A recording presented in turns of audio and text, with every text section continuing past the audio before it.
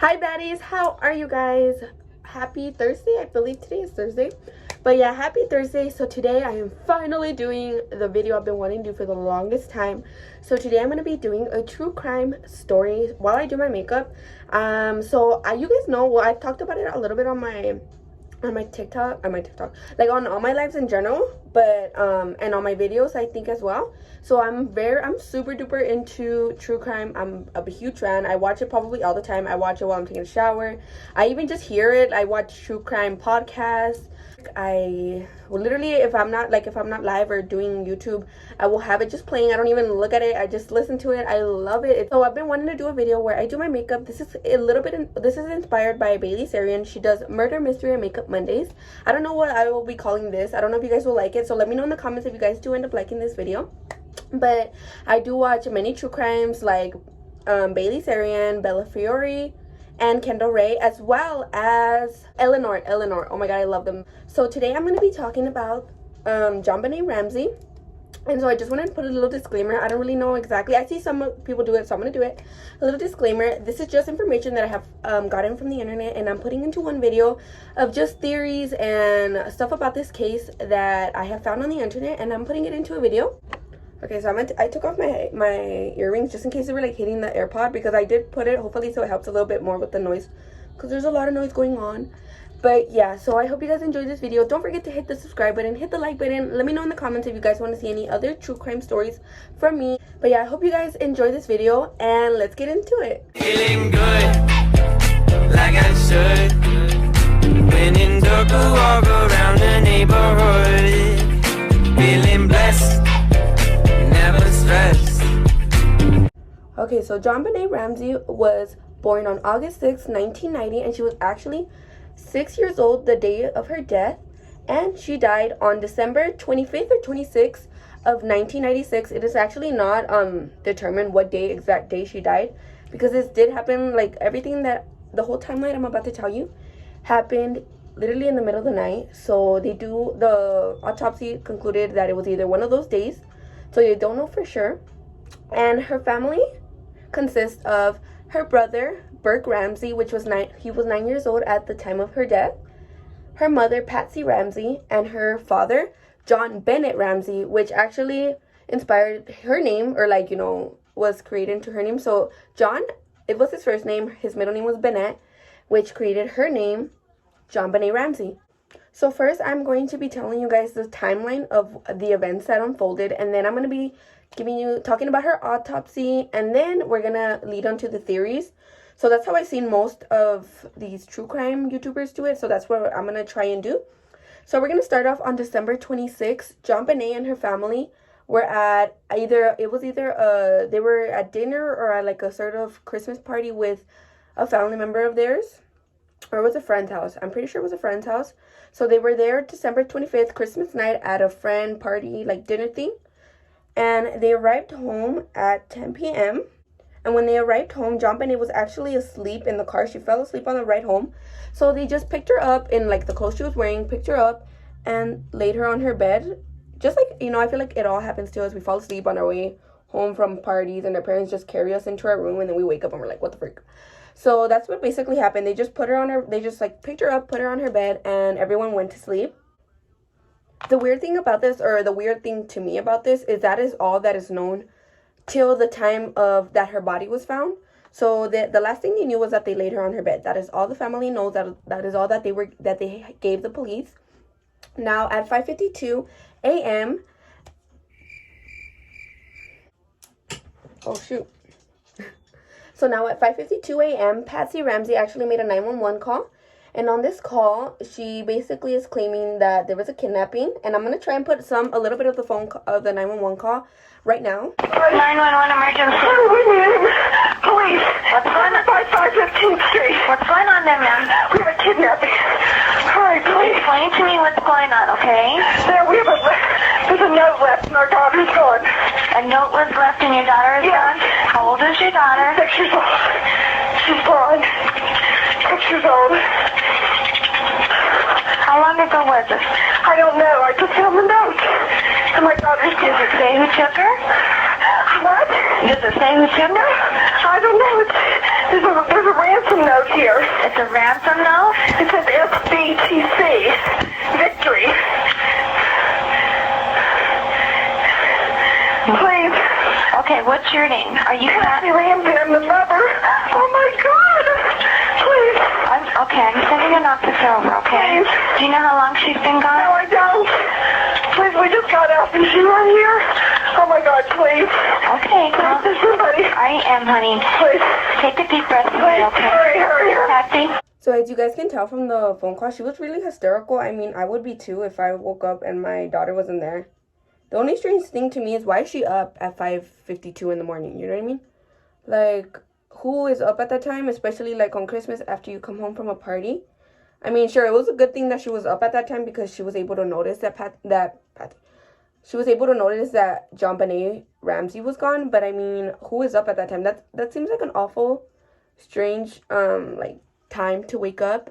I feel like, I mean, especially on a Christmas, like on a holiday, everyone sleeps in. Everyone's tired from the holidays. Personally, like us, we wake up probably till 10, 12, especially if we got home. I mean, for them, I would say even the kids, it's very late. Especially, like, you know, it seemed very odd to me the time that they woke up. She was hysterical. I would have been hysterical. I would have been freaking out. Like, where's my child? I know I left her on the bed. They were freaking out. They had no idea what to do. And so on this 911 call, she was actually talking to Kimberly Archuleta, which was the 911 operator. She was talking to her. In a CBS documentary, Kimberly Archuleta was actually interviewed and was asked about just basically like what she thought about the 911 call. What was her experience? What did she feel like? Like, how did she take it in? You know what I mean? Because a lot of the times 911 calls are very essential to the investigation. It really just shows what's going on. So she was asked what she thought about the 911 call, about Patsy's behavior. And of course, she said she was very frantic. And actually, in the CBS documentary, there were 6 seconds. So if you hear the entire 911 call, at the very, very end of the 911 call, there are 6 seconds of almost like, or not pure silence, but it's like very inaudible. So what that means is that you can't really hear what's going on, especially with like the technology back then. This was 1996. Well, she states that she saw a dramatic change in the way Patsy was talking in those last 6 seconds. So it was very like, for example, like, oh my God, like my daughter's missing. And then like when she thought she was gonna hang up, it was just like that, you know what I mean? Like it stopped instantly. So in those last 6 seconds, it's believed that Patsy thought she was hanging up, like as she was hanging up the phone, like, you know, like, yeah, like come, yes, this is my address, you know? And then she like went to hang it up, and in those like where she went to hang it up, that's when the dramatic change happened, is where she thought, I guess, it wouldn't be recorded. And so actually in the CBS documentary, it was, the audio was enhanced. Those last 6 seconds were enhanced, and that's where you could really, really hear like the change in tone of her voice. And so in the CBS enhancement of the last 6 seconds, oh shoot, hold up, yo, my concealer just fell on my pants. Well, in the last 6 seconds of the enhancement, they found that there was 3 voices. So they heard 3 voices in the phone call, like in those last 6 seconds. And this actually is a little damaging to Burke, her older brother. This is because this is a thing. So his parents stated that he was actually asleep the entire time. That he was never like up at all until, like, you know, I guess the police got there or something. Like he was basically, they claimed he was asleep the entire time. He wasn't even there when they like called or nothing. That he was asleep the entire time, right? But if they're hearing 3 voices on there, which would, it adds up easily to Burke, the brother, Patsy, the mother, and Jonbenet, the dad. So it did really kind of seem a little sus. Like, why are they saying he's asleep when in the phone call you can hear 3 voices? And you know, I mean, I don't think it would have been that big of a deal if they said he was awake, because I mean, maybe in the whole like panicking of everything, he would have woken up. Like maybe they would have been like, oh my God, you know, because she seemed really hysterical to the point where I feel like he would have woken up and been like, what's going on? But she stated like that he was asleep even after the call. So it's just weird that they would lie about it. It doesn't make sense why they would if he was innocent. It just seemed really weird overall. This hair is me. Well, and then once it got like the more clear audio of those last 6 seconds, you were actually able to hear Burke saying, what did you find? Which is a little weird. Like, what do you mean, what did you find? You know what I mean? In the moment, like, I would be like, where's my sister? You know what I mean? Like, if I was him, I don't know. So on the 911 call, of course, she stated that her daughter was missing. And she actually, if you guys saw the audio, if you guys heard the audio, she actually states that, she says from the beginning, there's been a kidnapping. And so she actually tells the 911 operator, Kimberly, that they have found a ransom note. On the 911 call, Patsy stated that they found a ransom note, and this is why they believed she was kidnapped. Also, side note, I will be putting all the makeup and all the products I am using in my description. So at 5:59, the Boulder police actually arrived to the Ramsey's household.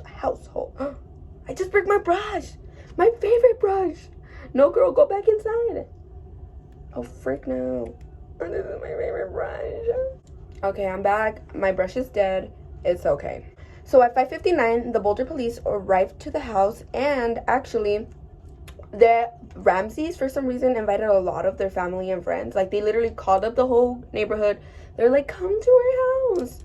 Which, I guess in the hysterical of all of it, like, they maybe, I mean, in my opinion, I would say, like, maybe, I mean, we don't know the full story. I couldn't find much about how that all happened. But maybe, I don't know, like, they called them up, like, maybe she went to a family member's house or a friend's house, and that's how they were like, oh my god, let me pull up, you know? Like, that's how I see it. Maybe they were calling people asking if they knew where she was, or if they had seen anything or heard anything. Which, now that I think about it, it sounds a little strange, because it is Christmas, it's probably cold. Why would she just go walking? But there was a lot of people at the house, which was actually really damaging to the investigation. And a lot of people believe that the Boulder police handled this entire case really wrong, because since the moment, I mean, they got there 3 minutes after the phone call ended. So if they saw people arriving, they should have turned them away as soon as they saw them, or like told everyone who was there already to leave, because it was contaminating a lot of the evidence. Which I guess their defense was that they were looking for a kidnapped person, not a murder. So, like, they were in a kidnapping case, not a murder case. But, I mean, even in a kidnapping case, if someone got kidnapped and they were in the house, they obviously had to be in the house to kidnap her.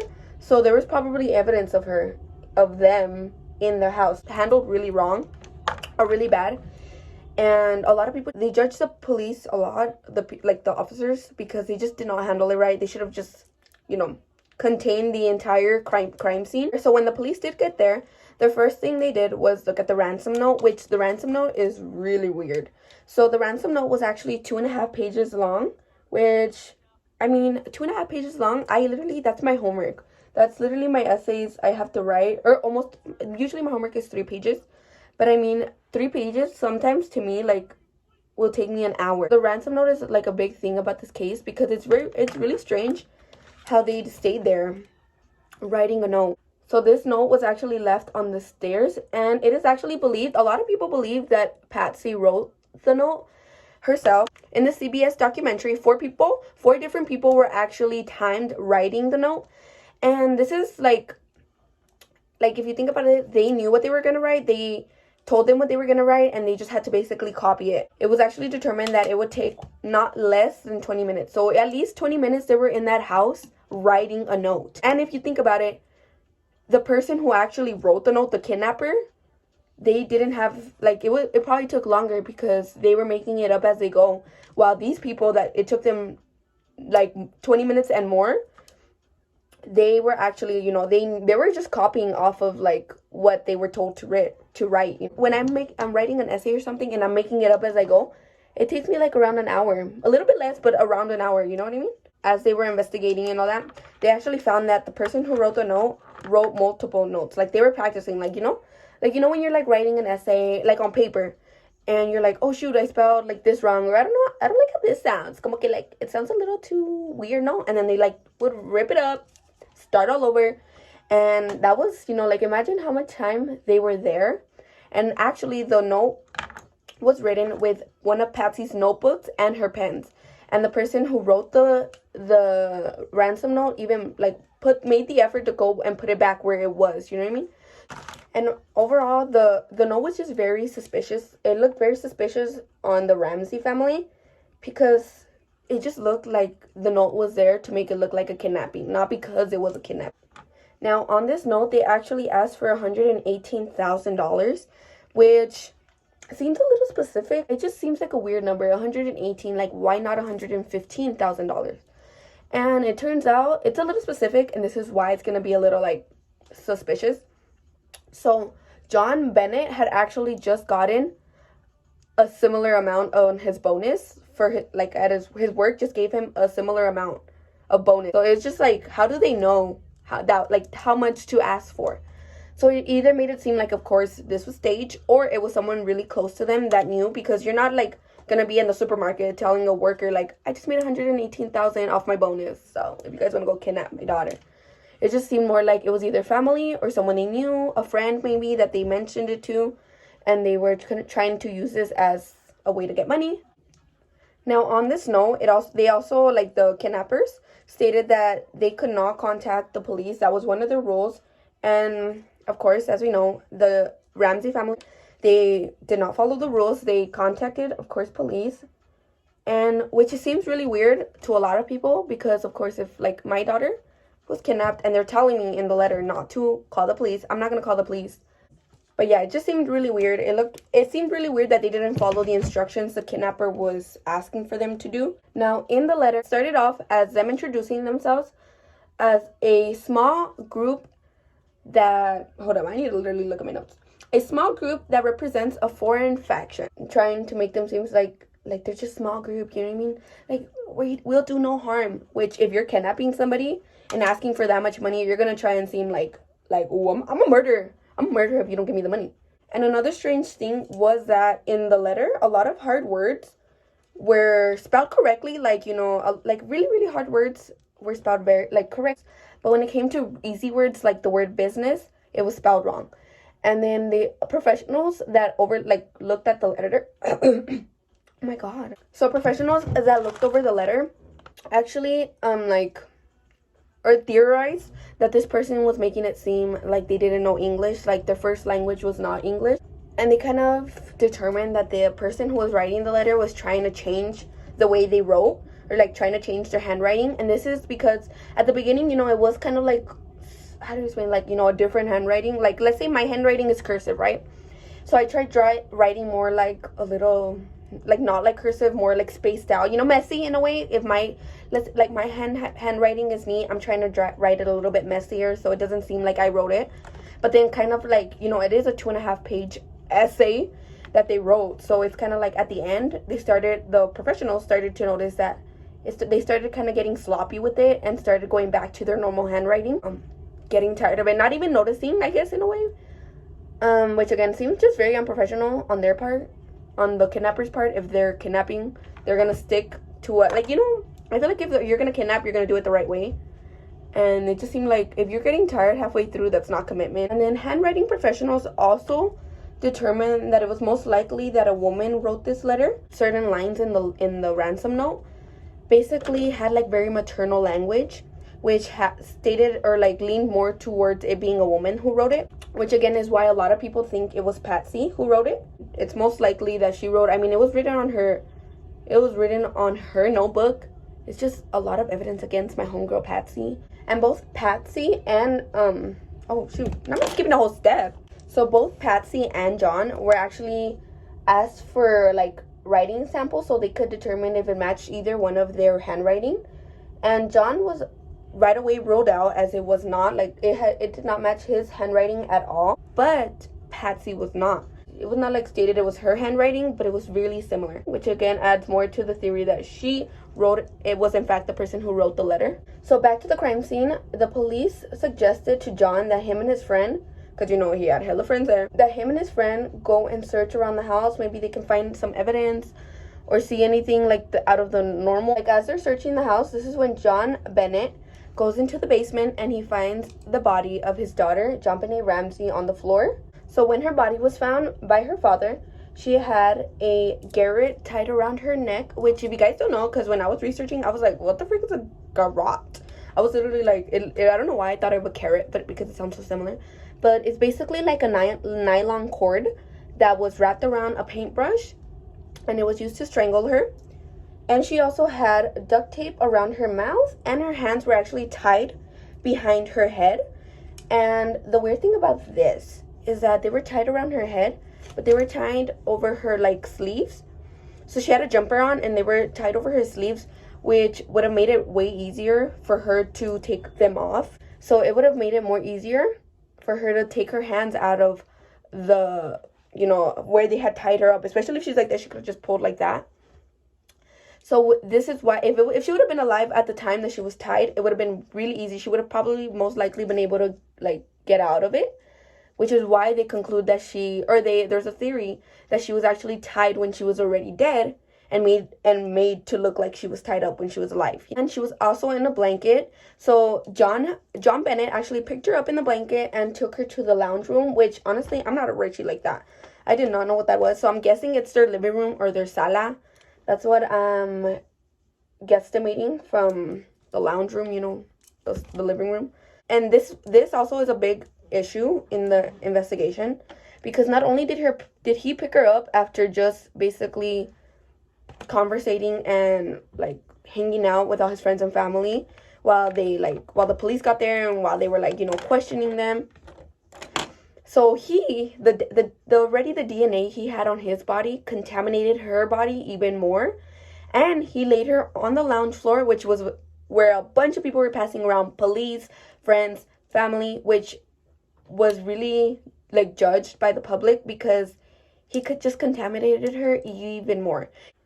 Then while her body was lying on the floor, somebody, I mean, I understand because they probably were trying to cover up the body, but somebody put a blanket over her body in order to cover her up, which again just contaminated her body even more. Now her body has been found, and in the autopsy it was actually found that she died of asphyxiation by strangulation. She actually had craniocerebral trauma, and it is believed that she was hit in the head by blunt force trauma, and actually believed that the object that hit her head and caused, you know, the trauma was actually a flashlight. And she was also strangled as well with the garrote. So also in the examination, it was found that there was overall in general a lot of DNA on her body. And it was actually found that there was DNA of three males and one female under her nails. But it could not be, it was so little, and like the amount of DNA they found was so little and deteriorating already that it was not able to be found if it was blood, skin, or what's it called? Blood, skin, or what?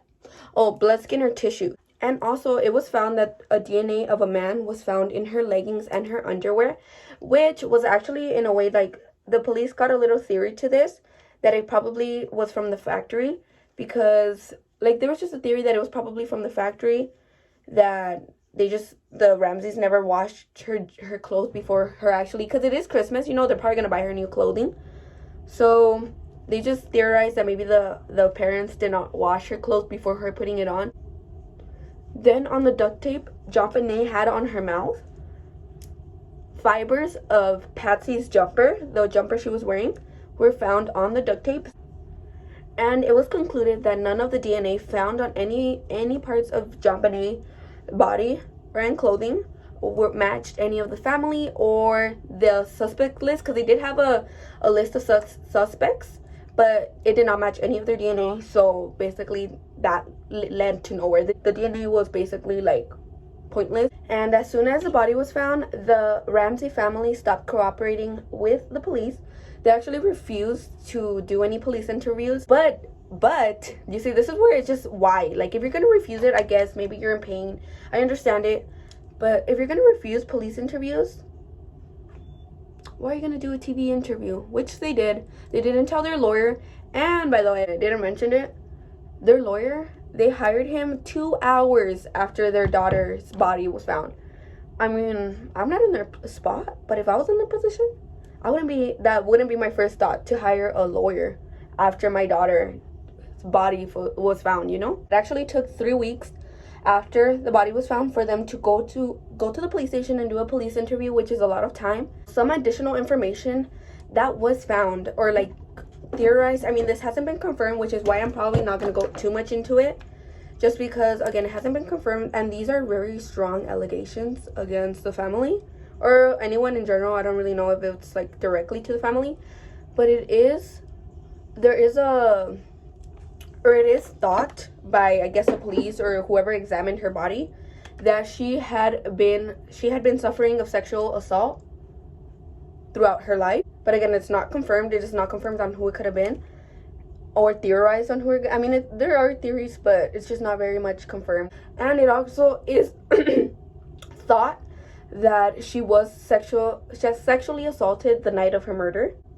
Okay, so the first few theories are going to be basically theories that don't make sense. So, or not make sense, but they were just proven wrong. So the first theory is, we're just gonna call it a theory. So theory number one is actually a man named Michael Hilgoff. So Michael Hilgoff actually confessed to the murder of Jonbenet Ramsey, but he didn't confess like, you know, tell the police. He confessed. He was recorded by one of his co-workers, and it was caught on tape, and the co-worker like turned in the tape to the police, and it was he actually murdered himself. Murdered? Why did I say it like that? I'm sorry, that's not funny, but like why did I say it like that? But he actually killed himself 2 months after her death, after Jonbenet Ramsey's death. And some people actually have a theory that he did not kill himself. Somebody murdered him. Maybe he did. He actually did murder Jonbenet Ramsey and had someone helping him, and like that person who helped him murdered him in order to keep it quiet. But it's not confirmed, and it's most likely that he didn't do it. But yeah, that's just a theory that's been out there, and some additional information for you guys to know. Then another man who confessed was John Mark Carr. So he actually again admitted that he murdered her, and he admitted, and he like did not keep up, like he like stated, you know, he stayed up with the story that he did it, and it was actually proven impossible. There was no way for him to have murdered Jonbenet Ramsey on December 25th or 6th of 1996, because he was in Georgia at the time. So it literally is impossible for him to do it. A lot of people just theorized he wanted the fame and everything, that he got obsessed with the case and wanted fame from it.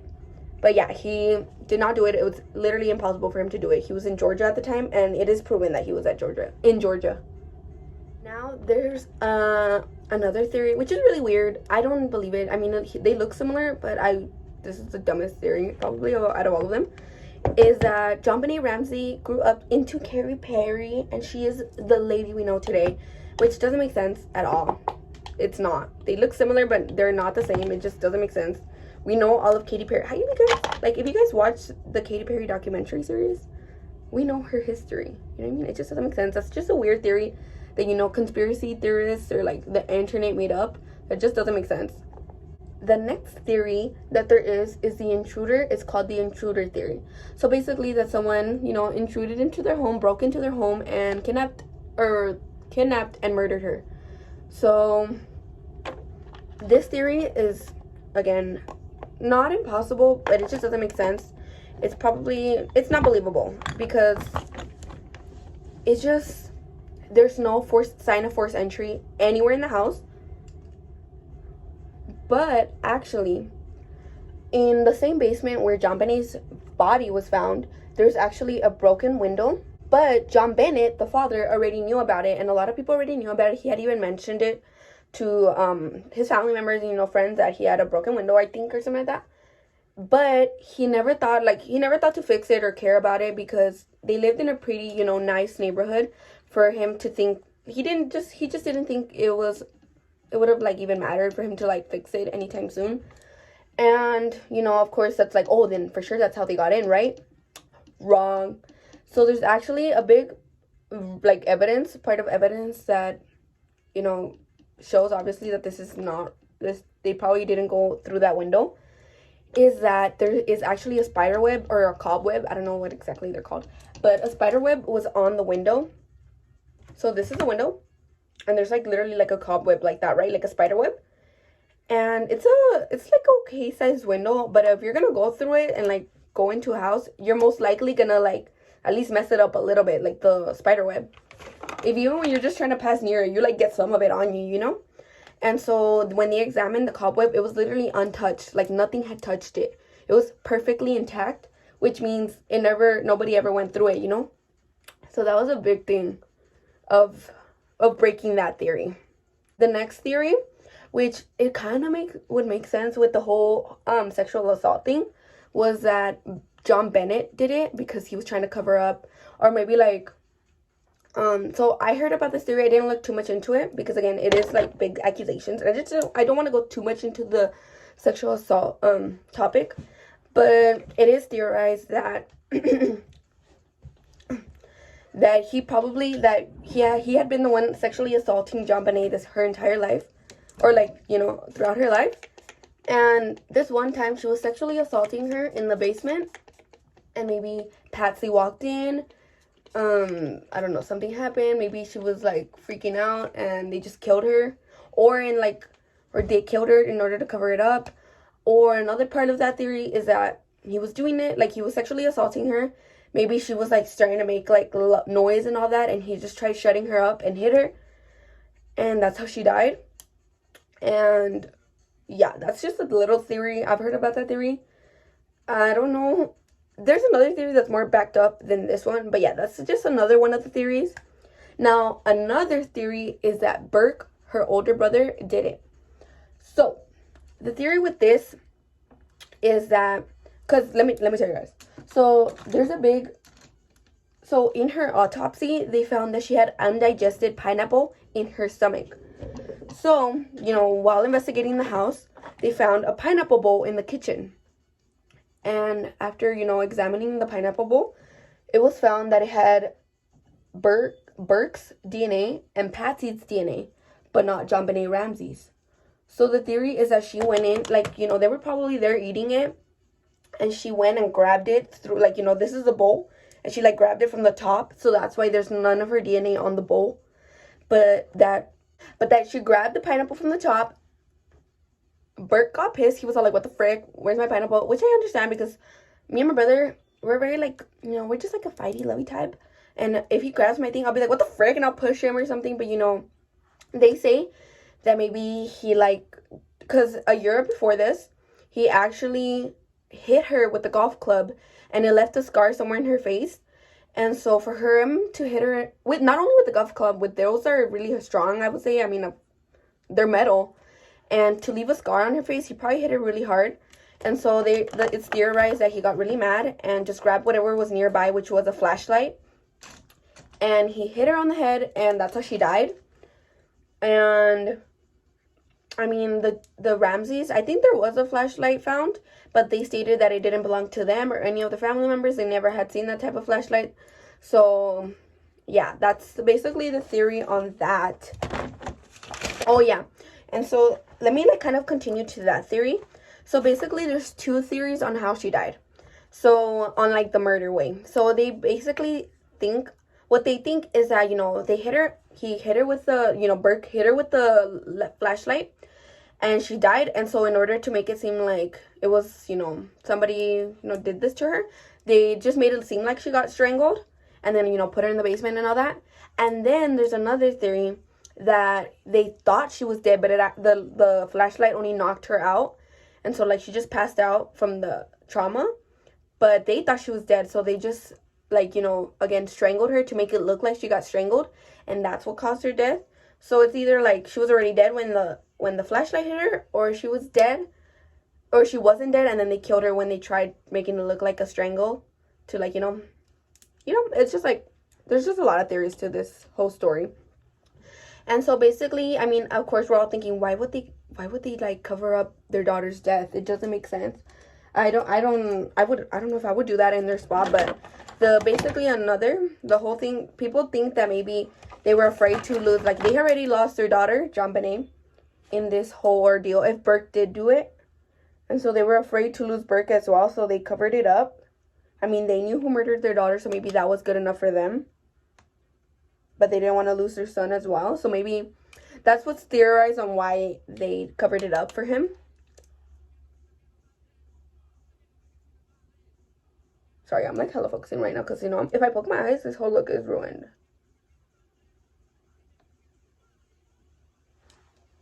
And yeah, so that's why they theorized that he, you know, they like covered it up.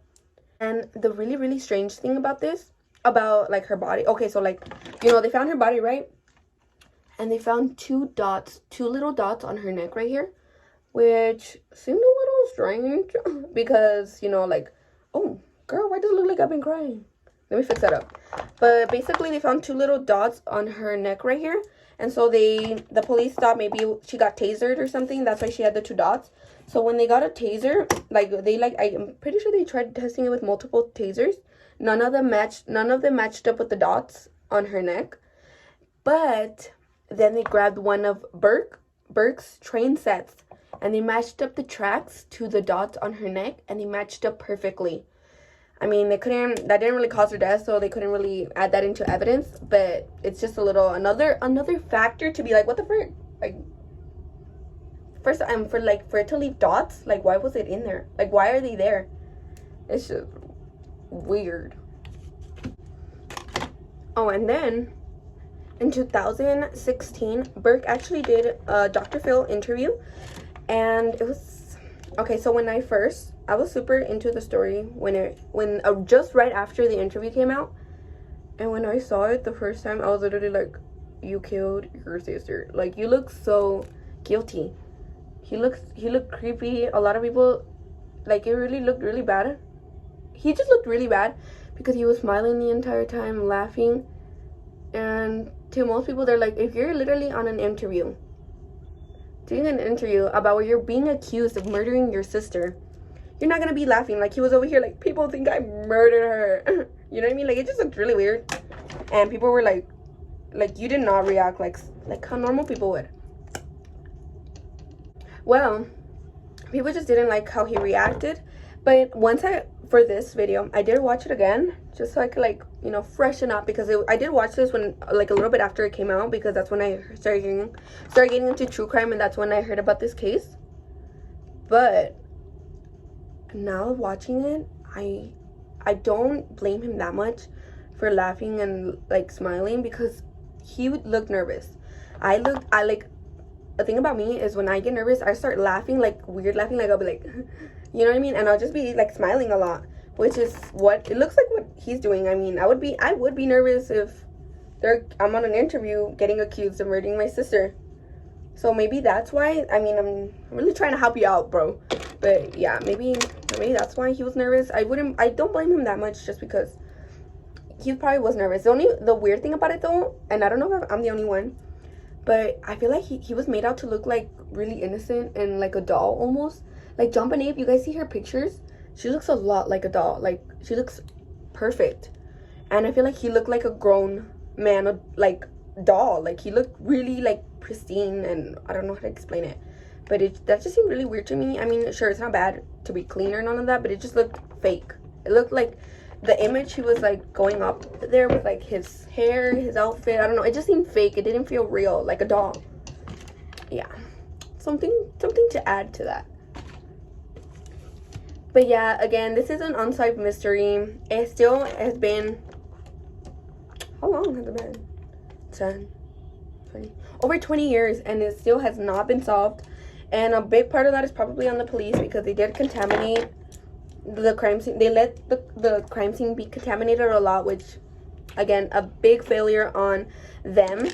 But there's nothing we can do now. I'm hoping, you know, as technology improves and it's like, I don't know, somebody decides to finally, like, tell the truth on what's going on, we will finally be able to know what happened to her. And yeah, guys, so this is gonna be the end of my first true crime video. I was super nervous to do this. I hope you guys enjoyed it. I hope you guys enjoyed this makeup look. I will be, again, posting everything I used in the description down below. If you guys want me to do any other cases, let me know in the comments down below. Let me know how you guys like this one. I was super nervous, honestly. I tried my best to do research, and if I'm missing anything that you guys know of and I didn't catch, you guys can leave it in the comments. Let me know any theories you guys have, if you guys agree with any of the theories I mentioned today, and what you guys think about the overall case, how suspicious it is, because it's really suspicious, honestly. But yeah, I hope you guys are having a great day. Don't forget to hit the subscribe button so you guys can see more from me. Let me know, again, what other cases you guys would like me to research and talk about while I do my makeup. And again, this is very much inspired by a lot of true crime YouTubers, and I am no whatsoever trying to copy them. I love makeup and I love true crime, and I'm just trying to do something I like, and I really enjoyed this video. It's probably one of the videos I've probably enjoyed doing the most. I feel like I'm just talking to you guys and chismeando with you guys. But yeah, I hope you guys enjoyed this video. Don't forget to turn on my post notifications, hit the subscribe button, follow all my social medias. I am doing a giveaway on my Instagram and on my Facebook with Cremosa lashes, and she is also doing her own giveaway on her Facebook page, which is right here, so you guys can go and enter. The rules are very simple. Go check her out. And I also used her lashes, her liner, and her lash glue, so you guys can go check out her products in her page and in her website. I do have a code with her, looksbyaolany in all capitals, for 10% off, so you guys can go check her out, show her some love, and I will see you guys next time. Bye.